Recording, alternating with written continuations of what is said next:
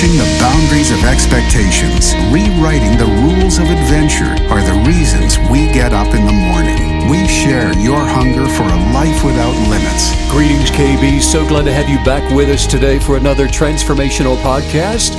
All of you in the audience know and you understand and realize that as kinetic believers, by transformational, I don't mean that you're becoming something that you're not, but you are gracefully and beautifully just transitioning into the purest form of what you already are. StephenCanyon.com is the website to find out more about what I just said. Hello, Miss Maggie. Hello, Stephen. How are you? I'm wonderful. What a fabulous weekend it was. Wasn't it wonderful? Yeah. Sunshine, sunshine, sunshine. The weather here, and we are up in the Colorado Rockies, pretty high altitude, has been remarkable. Yes. It's almost like we're going into a chamber where we can choose the weather, we can choose the environment and the flowers and the trees and sunshine, the temperature and all that, and you go, make it so. Kind of like a Star Trek episode, and you step into the room and you have a perfect resemblance of the Earth experience that you want to experience. I always feel like it makes you feel a little out of body sometimes, just when the ambient temperature is so perfect. You know how they have those weightless chambers you can go into and it's full of water and you can't hear anything. It's like you're void of all senses, but it makes me think of that. It's just so perfect. I wouldn't like that. They say that you hallucinate. Well, and I have enough of that without going into an isolation chamber. So I see enough creatures. Let's calm that part down. Agreed. So, I can agree with that. What would you think about, and somebody mentioned this over the weekend, and we didn't really have a chance to talk much about it, but what would you think about taking your easel down into the park to paint? I would love that. Because the reason I'm really curious about it is there are a lot of people there, a lot of dogs, a lot of kids, a lot of kite flying and playing in the river and all of that. So, I mean, sometimes I enjoy the energy of people living life around me for being creative, and then other times I need solitude. Yeah.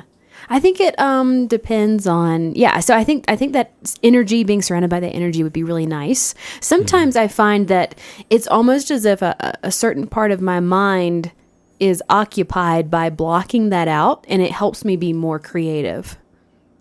Yeah. And do you find that it is a mood enhancer? I mean, because like you're saying, and you just... at any time, you could go down and be in the park and paint. But do you find that maybe there are times that you would think, well, I need solitude, like I just said? Absolutely. Absolutely. So, and I think it just depends on where you are mentally in that creative process. So, it's not like we're robots and we can just sort of repeat the same scenario all the time. But something else that's kind of, I think, interesting about what you're doing at taking an easel and you're painting is that you also are being an influence and a positive influence to other people who might come by and see your art. Whereas me, I'm taking my laptop and I'm writing a book. So I don't know how inspiring, me sitting cross-legged out in the grass in the park with a laptop on my lap would be for other people. That makes me think though, we were in, I think it was Asheville, North Carolina, or maybe it was Boulder. I don't remember. But there was a guy and he would sit on the street corner with an old antique typewriter. And he would write poetry for anyone that would sort of just stop and ask for a poem. So, I mean, you could do it. You could do that version of it. But then I'm not getting anything done on a book. That's true. Content.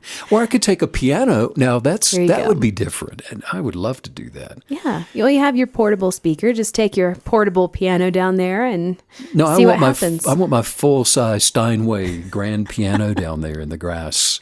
Now that would cause people to stop. Yeah. Yeah, you have a Steinway delivered to the park and you play during the day. That'd be pretty fun. I'm going to do it. Let's do it. Who's going to deliver their Steinway to a park, first of all? It's going to cost you. I can tell you that. Yes, it will cost Probably you. more than just buying one. Speaking of influences and also of motivations and, the occasion where you need the inspiration of energy and from other people, and then those times where you probably would be best served in solitude.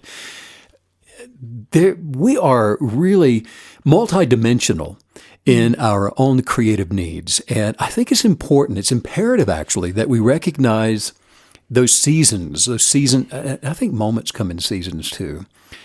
Not just the 4 seasons of the year that are so predominant in nature, but as human beings, we have seasons of hours, of days, of weeks, of minutes, of moments that it's important. I think it's vital to our success to be aware of those as we transition from and creative needs. Well, what do you need now?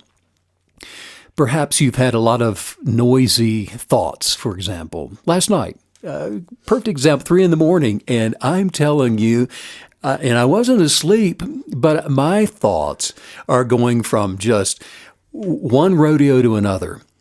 And it was interesting, and it wasn't bad. It was just, I'm in giddy up go mode. Was I snoring? I don't know. My thoughts are too loud. I have no idea. I'm going along for a ride, and I'm casting this down, and I'm holding on to this one, and it's kind of like, what part of the Bronco do I hold on to? I want this. I don't want that. No, that's too high. This is too low, and so I'm going for a ride in my thoughts. That's a perfect analogy, though. Riding a wild bucking bull or bronco, and that's exactly what it feels like sometimes when you're sifting through thoughts and ideas and being a kinetic believer. But by being aware of those as an observer and noticing the altitude of the kick of the bronco that you're on, you can say, now, rather than do nothing because this is a crazy ride that I'm on, recognize that this is something that is, it's factual, it's actual, it's something that I'm experiencing. So how do I manage this? How do I manage this ride that I'm on? And rather than checking out from life, make the best of it. Yeah. Make the best of the moment. Make the best of this season. And in much the same way, we have 2 identities. We don't have we don't have more than that.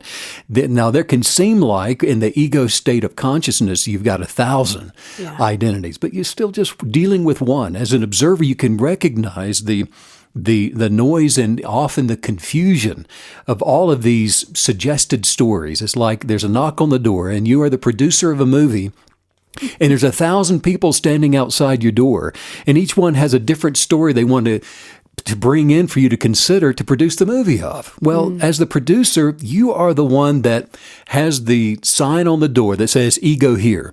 And then all the endless variations of stories are lined up outside the door for you to consider. But when you recognize that you're just the producer and you get to choose the identity of the story that you're going to adhere to and rely upon, perhaps as a subjective reality while you go for a ride. No, the ego is a tool. I guess that's what I'm trying to say. And when you observe it as a tool, something you can use to put your hands to creatively to enjoy the awareness of the art that you're painting or the story that you're writing or the conversation you're having with someone. There's an art form to conversation. As the producer of your side of the conversation, there's a creative experience, and you use the ego to identify with the story you were having a conversation about.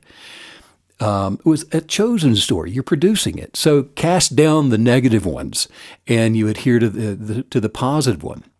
But what I'm getting to here is that we have 2 identities. One is created from the story we are choosing to tell ourselves if you're doing it correctly and not being a victim of stories that you're believing just because it's racing through your mind. But you're creating the story you're telling yourself, and adhering to that is, okay, this is something I'm going to participate in by choice. And so it's the ego, and that's the one you observe, and it's a tool. And as a kinetic believer, you recognize it for what it is. It's not you. It's just something you're identifying with in the moment. And the other one, I'll just throw this in, is the authentic, beautiful you, the authentic one. Before there was ever a story told about anything, that is the authentic you. So I have a couple of questions about this. First of all, when you began speaking out, the word that kept popping into my mind was adaptability. But then as you led us through this process of understanding our true self, it seems like so much more than that. So it's as if adaptability is just the baseline, and we're building with creativity and awareness and embracing of the highest self.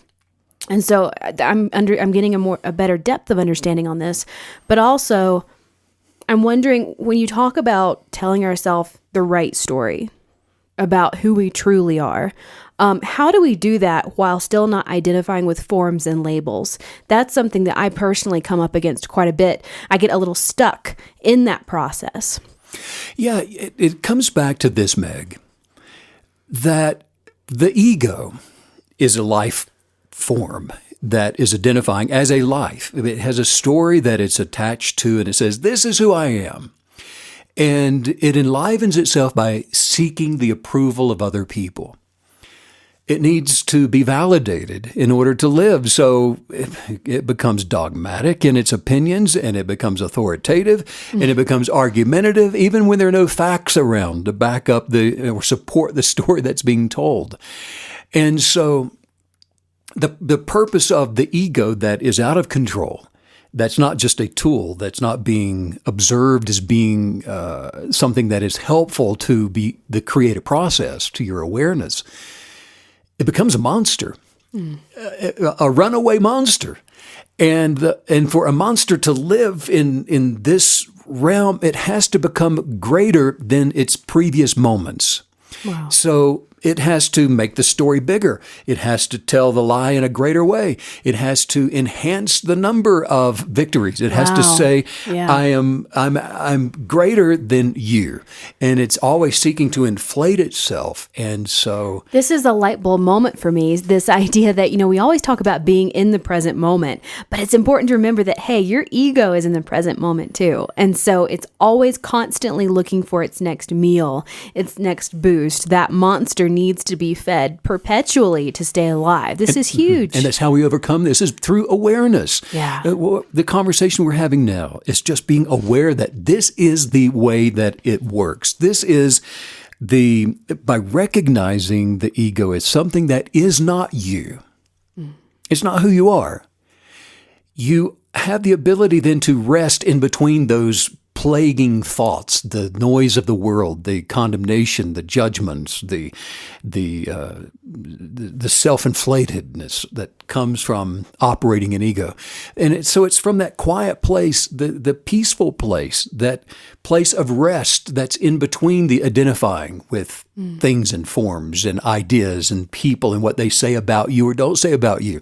In between all of that, all those thoughts, that is where we attract the life that we're supposed to be experiencing, to become more in alignment with the genius of our purpose that we were created with, that we're part of this creation that's authentic, the eternal part of us that's advancing us to expand and become more of what we were created to be. Wow.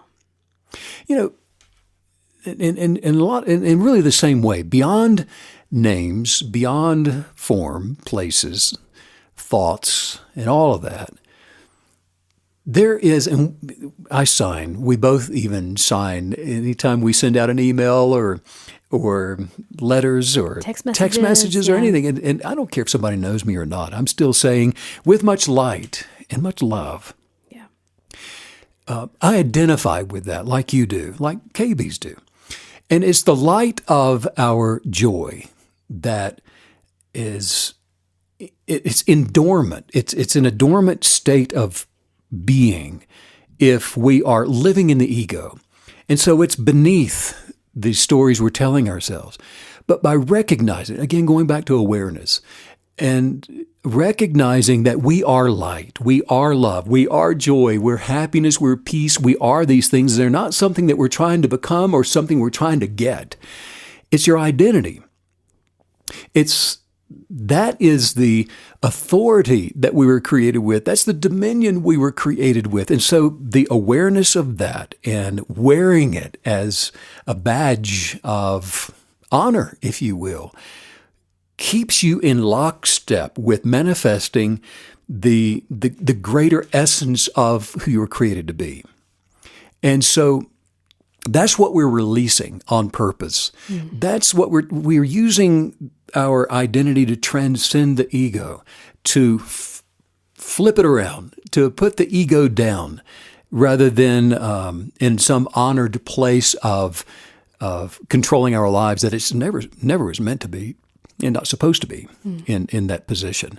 And so we naturally develop and we naturally grow through recognition of our higher self. And all that then remains for joy and peace and happiness and abundance and health is the authenticity that comes with gratitude, continually being grateful for who we are, recognizing who we are.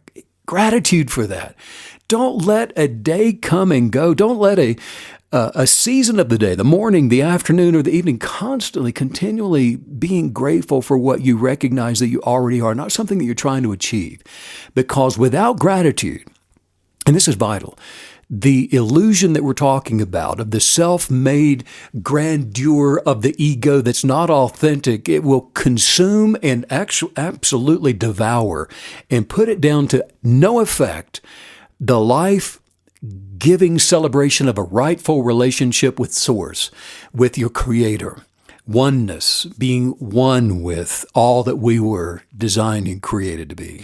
I think it's really interesting that you told us we're going to have to recognize the fact that, look, flipping the power structure of the ego versus the highest self is going to be required. And it's sort of funny because whenever someone comes into kinetic belief in a new way, or perhaps you've never even heard of the law of attraction, this is all brand new, recognizing that your highest self is sort of coming in as the underdog in that scenario. When we come into this, our ego is going to be so powerful, so strong. We have been feeding it a lot of protein for many, many decades. And I think it was just very empowering to hear you tell us, look, this is going to be required. And you moved directly into gratitude. Is that our first step toward flipping that power structure? It should be part of the first step. It absolutely is vital because the rest of it doesn't work. Gratitude is simply saying, I know, I see. It's not blind. It is a communication of the awareness that, you know what, I have now this self-awareness, this hunger, which is innate to all human beings for more life, for an expanding territory, like the flower reaching for the sun to become more. It's natural to the human experience. And gratitude is simply an expression that I am aware, yes, that advancement is satisfied through revelation knowledge of my genius of purpose, of who I really am, of knowing who I am, knowing whose I am, knowing what my purpose is. Well, how do I know you know that? Because I'm grateful. And so you start practicing gratitude, like you're saying, right at the very beginning of this, by saying, okay, even though my life sucks, maybe everything is so screwed up and I don't know anything. I know is I don't know anything. Yeah. Gratitude from that state of consciousness is an act of faith. And the substance of putting out your act of faith is saying, you know what? I know I need more. I know that there's more to this than this lousy stuff that I'm going through every day. And so by flipping on the switch of gratitude, you're opening up a vacuum. You're creating a space to attract more of who you really are. By faith, by belief, adhering to the substance of what you hope to see in your life as your reality. The universe responds to gratitude because gratitude is saying, here I am, naked in my desires and my wants and my dissatisfaction, but I know that there's more beyond me. There's more than my intellect, more than the little shallow stories I'm telling myself. There's far more than me. And I want to attach me to the far more. And I'm doing that through gratitude. I felt a strong sense of empowerment enter in when you just reframed gratitude for us. Because, gratitude, I'm great, hashtag I'm grateful. It can almost be a cute little phrase and it can be overused.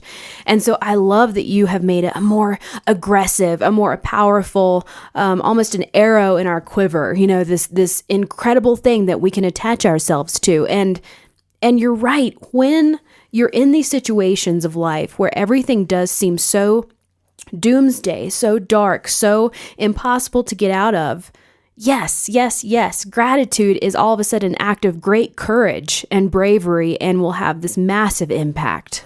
The substance of gratitude is an awareness that moves the boundaries of your presence. It moves the boundaries to become more. And boundaries, which is the edge of the space that you're naturally occupying by default, without effort, only grows to become more through gratitude. Griping, complaining, dissatisfaction, anger, all those things, it diminishes the boundaries of your the possibilities for expanding to become more life. Imagine a fish, a little fish that's been netted from its aquarium, and you take that little fish and you drop it into a larger one. The territory for the little fish to swim around and explore becomes instantaneously greater. The boundaries have been expanded. And it's in the same way that when we meditate between thoughts, revelation knowledge becomes us. There is a sense of being one with much more than we can see, much more than ourselves. And so we are then, in the same sense, we are netted from the one space of awareness that we've been occupying, and we're dropped into another that is identical to what we're allowing ourselves to perceive beyond the limited where we are now. But there is an open sea of possibilities that is available to those that live life with the faith of a child. And in quantum physics, it's called kinetic belief. A kinetic belief, one that is not malleable to any constraints of a perceived boundary, to the limited portion. It opens the door to wave functions in quantum physics, and it is the endless possibilities for attracting whatever it is that you can think of or imagine that is way beyond the limited that we can see. Whenever you take us through the workings of quantum physics and how it relates to the life that we're manifesting, I have to say it always really washes over me. And it's such a good reminder of exactly how this is working, because, you began by talking about the story that we're telling ourselves. And obviously, the easiest story and the most common story is what we've already experienced. And so it makes sense that so many of us that we have had, that we remember times, or maybe we're even in one right now, where life is on repeat. So the bad things keep happening. The bad stories keep happening. If you continually tell yourself you're a loser and that you're a failure, it just keeps recurring and it keeps recurring. So, remembering that we are quite literally sowing that seed, that quantum seed, and that it will have the exact outcome that the law tells us is such a vital reminder through this process. Yeah, and like what you're saying, Meg, we are drawing our attention away from what we can see through gratitude, because as long as we're observing the stories that we've been telling ourselves, the life that we've been experiencing, the failures, the judgments, good or bad, whatever it is, you're going to continue to repeat those experiences. And so one way of aligning our belief for more revelation knowledge is to first draw your attention away from anything that can be seen. Draw your attention away from those stories, the fables, the illusionary, the forms, the empirical world around you. Draw it away from that. And how do you do that? How do you draw your attention away from those things? And it is through the practice of meditative kinetic belief. It is through the practice of journaling, blueprinting the life that you imagine to see and desire, the life that you imagine to be grateful for, the healing that you imagine to be grateful for, and that you're talking about in present tense as though it has already occurred and already happened. The action that you're putting out there because you're now doing something that you couldn't do before you were healed. And you are, in a pragmatic, dogmatic way, applying what you are imagining to see and desire and to be grateful for, and all those things into your practical everyday life. That's drawing your attention away from what you already see and what you've been complaining about, and the noise of the world and all those things that can be touched or heard. Those things are the walls of your aquarium. And so you want to remove the walls of your aquarium, and this is how you do it. In other words, you stop entertaining the imagination of thoughts in this moment. And thoughts are imaginations.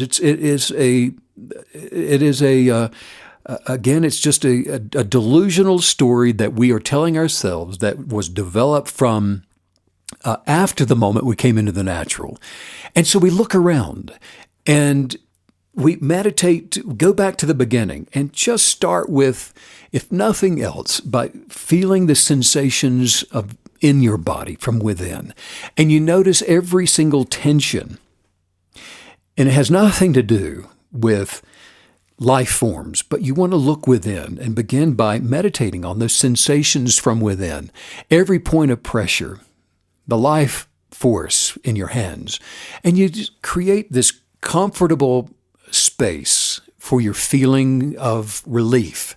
You want to feel relief, dropping away those forms and the pressure that comes from them. And become aware of your breath. And inhale and hold that breath for 5 seconds.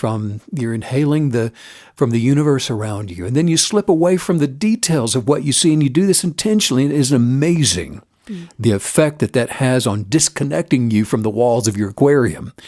And then intentionally move into the colors of your environment. Move into the patterns of light and even the patterns of sound that may be coming from the neighbor's dog or the kids. Allow it to be what it is rather than a point of contact or pressure, a negative influence. Allow it to be. And then you fill your space with the quiet of what is. The quiet of the dog that is barking, and recognize it as something that you didn't identify with it from a moment before, and recognize it as what it should be and can be, part of oneness, because all is well from this place and as it should be. All is well from here. And you allow intentionally timelines to dissolve because there's no hurry or worry outside of the ego, right? Mm-hmm. And so the mindful management of restrictions to fall away is the use of the ego as a tool. Now, rather than it controlling you, you're controlling it. And feelings and emotions, they no longer have you, you have them. And so all of these things, the ego wants to carry the load of the empirical world around it. And so you are divesting yourself of the obligation to carry that load and the burden of those sounds and noises and things that you've labeled them to be either an enhancement or a distraction. Because look, you are not the bearer of those things. We were never intended to be the bearer of burdens in the world of forms. And so we feel the presence of peace. Because nature abhors a vacuum, peace begins to come into the space now that we're creating. And it may seem like present peace won't last when you think about it. But see, that's the key, when you think about it. So we don't think about it. Don't think about it for the moment. And emotions and feelings, they don't last either. And they just kind of come and go. And that is why we should never allow ourselves to be controlled by emotions, because all positive experiences are attracted from the center of this present peace now that we are creating through the abstract of life essence that we're inviting willingly to come into our place of being. I have to say, this concept that you're describing, it's really speaking to my spirit. I'm highly identifying with it.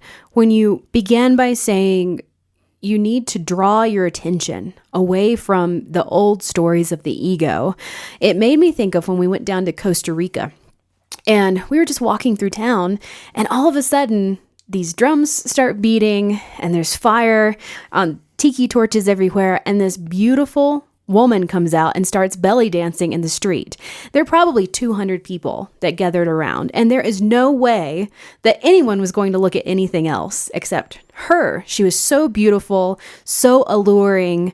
It was very powerful, and it makes me think about what you're saying, because if you cultivate a life from the highest self and you infuse it with beauty and an alluring quality, it will just naturally and in this really sort of gentle way, redirect us into the right focus and onto the right path. And I just think that's incredible. The optics of an alluring beauty are natural, aren't they? It's just an expression of self.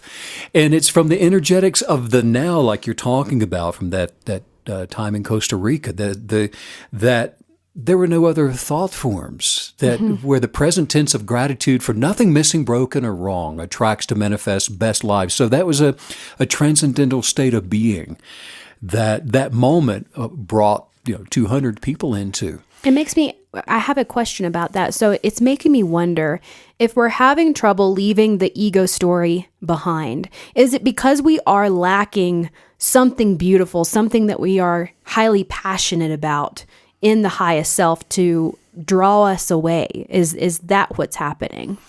Usually what's happening, and it's a great question, because when you feel a dissatisfaction, that keeps you in the ego. In other words, an awareness of how something could be better or something could be worse. And comparatively speaking, when you're into comparisons, you're into judgments. And so you move away from the center of present peace because you are thinking, this is not, I wish there were 5 belly dancers. I wish there were no belly dancers. I wish there were more drums. I wish there was an electric guitar to add to the drumming. When you are desiring things to be as though they are not. Mm-hmm. Then you're in judgment and you are identifying again with forms in the empirical. And so to allow things to be as they are, and like I said, the dog barking or the kid or the belly dancer or the drums or whatever it is, to be part of life as it is and should be, and because it is in the moment, and to accept. It's an acceptance. That is what unconditional love is. It's an acceptance for things as they are while they are that way. Recognizing that, no, they're not perfect, because all of life is advancing toward perfected completion. The mind, body, and soul of yourself and of myself and of every listener, we're all advancing. Which means that as we are now is not wrong. It's not right. It just is. And so the ability to meditatively accept things as they are from the center of present peace produces pleasant feelings, and it melts away regrets and doubts and worries and fears. And by looking from within into the present moment, to the full extent of what is, and with an acceptance, you awaken the reality of your original self. And so it's from this present place of peace, like that evening in Costa Rica, from the now that was then, rather than responding in a habitual way of being. I don't like this. It's not what I'm accustomed to. It's not the traditions of my family, the tradition of life. It's not to the tradition of where I come from, but rather than responding in that habitual way of expectation, we let go of control, and then it's like a butterfly that we can see ourselves emerging from stillness into the center of ourself. Life's circumstances, they are beautifully change, and especially for the journeyman, the person that is willing to, with the faith of a child or with the kinetic belief of a KB, go out and continue the journey to use your ego as a tool for awareness, for experiencing art forms, for experiencing conversation that is that champions and celebrates and edifies and encourages others. Life circumstances are revealed either by default, the expectations of traditions, or on purpose through a meditative stance of expectation. And so we either develop to become more on purpose, or we are diminishing to become less by default. Without purposeful thought, Meg, which is meditation, life is just like standing, in quicksand, really, and things just keep passing you by. The expression of the greater and the more of who you're supposed to be will just pass you by while you remain quagmired in these grandiose self-expectations of being celebrated by other people just because of your ego needing to be inflated. Well, I'm really sensing that this awareness that you're giving us today, one of the main reasons that it's so vital to our success as a kinetic believer is because as we go through life, we do develop ways of doing things, and we don't even realize that they're holding us back. And even if you don't consider yourself a quote traditional person, there are still things there are traditions that you have infused into your life without even realizing it. And so being willing to take a step back and to say there is a better way and there is a new way of living. There's a new way of doing this, of scanning every nuance of my life and updating it and, Megan 2.0 or whatever, but just recognizing that that's possible and that all of us have some sort of tradition that could be holding us back. That's really speaking to me. Well, the noise of confusion in this world in all of its many forms is as real as any should believe, and it's not as real for those who don't believe, because it takes hostages wherever it can, and it releases them wherever it feels like it must. And so the freedom from all of these things arises from the center of our present peace, which can only be experienced by detaching yourself from those expectations. There is a vacuum of stillness. Even in quantum physics, there's a vacuum of stillness from the most intimate of spaces, which forges life in alliance with and in allegiance with, and with the expanding universe. It is the way of becoming more. Even where it appears as though life cannot exist, we can expand to experience awareness. It's impossible, you would think, to go there. But it's the impossibilities that melt away from the willingness of the center of peace, even where there's been an emotional trauma in someone's past and a pain where they were afflicted with great suffering because they went into an experience unprepared. The evidence cannot remain in the space between your thoughts for that pain to exist. Mm-hmm. And so literally, we physically translate ourselves above the ability of negativism to cause us any pain, any emotional trauma, any hurt whatsoever, by allowing the enlightened state of being, the essence of who we really are, the essence of our being, to lead us through this life, to lift us up above all of that noise and its ability to cause us harm. Everything you're describing, these skill sets, becoming this level of kinetic believer and truly living our life this way, it reminds me of something we talked about over the weekend. We were we spoke with someone locally, and they had a bear visitation in their tent. But anyways, that led to our conversation about just bears in general and how they are these apex predators. They're basically bulletproof. They can climb trees and run like 35 miles an hour. And so we were just sort of marveling, but I feel like that's almost what you're describing. As we become aware and as we develop in all of this, we become apex believers, and we develop all of these skills that make us quite elite in our spiritual pursuit. And I just think that's so exciting, because growth is possible in the way that it protects us, and in a way where we can actually live a life adhering to all of this, and it will be beyond our wildest dreams. And it is the wisdom that allows us to be protected in our growth. And I'm thinking of the bear story. And this is just right after someone in a local shop said, "Oh, you don't need bear spray around here. There are no bears in the area." Well, anyway, the bear was wallowing in his tent. Yeah.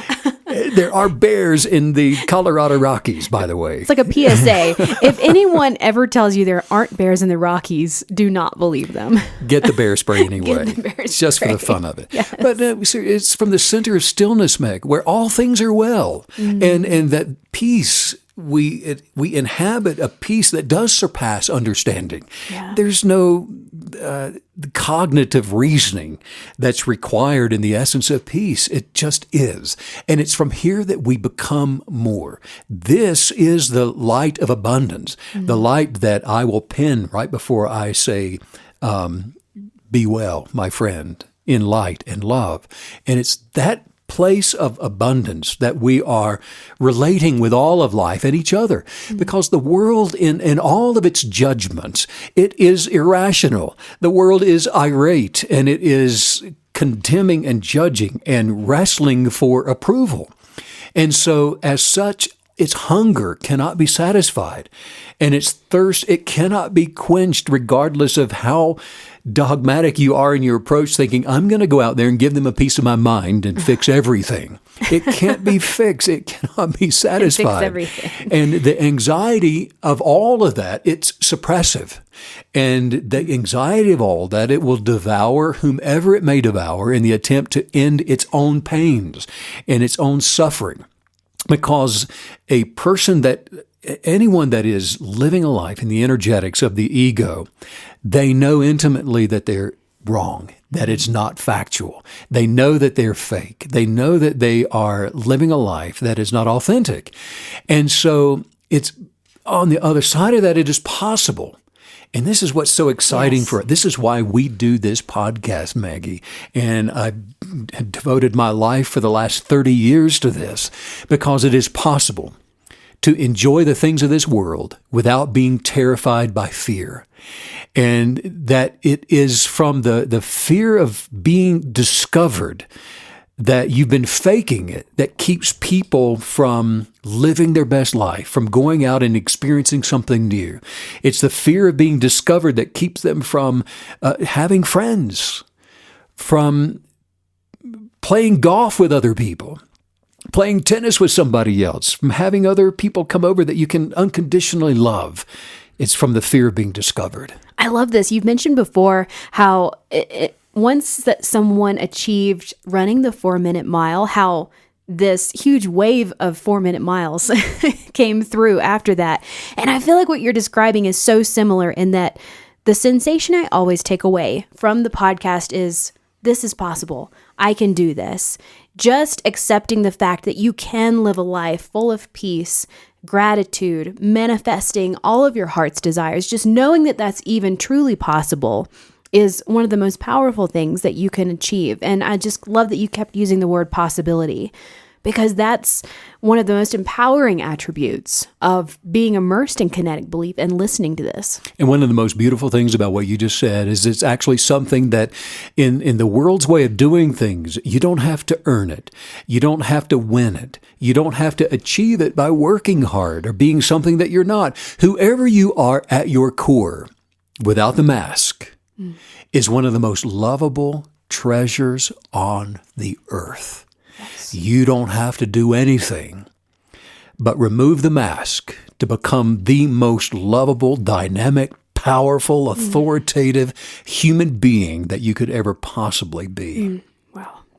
And so you fall backwards, trusting into you by giving no consideration as to what other people may think about you. When you are the authentic expression of you, and you just let the glow of the aftermath be what it will when you become authentically you. Nathaniel Hawthorne wrote in the Scarlet Letter, "No man for any considerable period can wear one face to himself and another to the multitude." And he said that if you do this, which is beautifully said, without finally getting bewildered as to which may be the true, it would be impossible for you. It's bewildering to the one who wears the mask. So you set yourself free and fall backward into the one that you were meant to be. That is the first step to living the most dynamic, beautiful, unadulterated, best life on a journey, by the way. And there's nothing more exciting in the natural than to be that person that's willing to say, yeah, I'm going to show up, I'm going to do, I'm going to desire, and I'm going to unabashedly imagine to be the person that I know that my genius of purpose came into the natural to be. Well, let's work on some highest viewpoints and just say this out loud. Say, today I will observe fascinating and exciting new paths to pursue. Today I will observe Fascinating. Fascinating. And exciting new paths to pursue. And exciting new paths to pursue. I trust my creative genius. I trust my creative genius. And I always make decisions And I always make decisions that become great. that become great. I am excitingly focused I'm excitingly focused on manifesting my life goals. on manifesting my life goals. And I am passionate And I'm passionate about my creative authority. about my creative authority. I have no I stress. have no stress. I don't hurry or worry. I never hurry or worry. And I love living. I love living. And I am grateful And I'm grateful to see more of me. to see more of me. Today. Today. Right now. Right now. I am growing I am growing to advance into my fullest potential. into my fullest potential. I possess the substance I possess the substance of belief to pass through any obstacle to pass through any obstacle that should ever come. that should ever come. Right now, Right now, I am using my authoritative power I'm using my authoritative power to create the success to create the success and all of the prosperity and all of the prosperity that I desire. that I desire. Life is so amazing Life is so amazing because I am so amazing. because I'm so amazing And I really do love me and I really do love me just like I am. just like I am. This is my one natural life. This is my one natural life. So I am going to fully, So I'm going to fully, abundantly live it right now, today. Wow, such an empowering podcast and illuminating. And I just want to speak to the KBs right now. If you feel called to do so, if you know someone and you know this podcast would help them live their best life, feel better, spread that light, spread the love, and forward it to someone, forward it to a friend, and just welcome extra people into the Kinetic Belief community. Well, right now, speaking on behalf of Meggie as well, we are sending out so much love and so much light to all you KB creatives all around the world. And thanks as usual, Steve, for all the wisdom. Bye.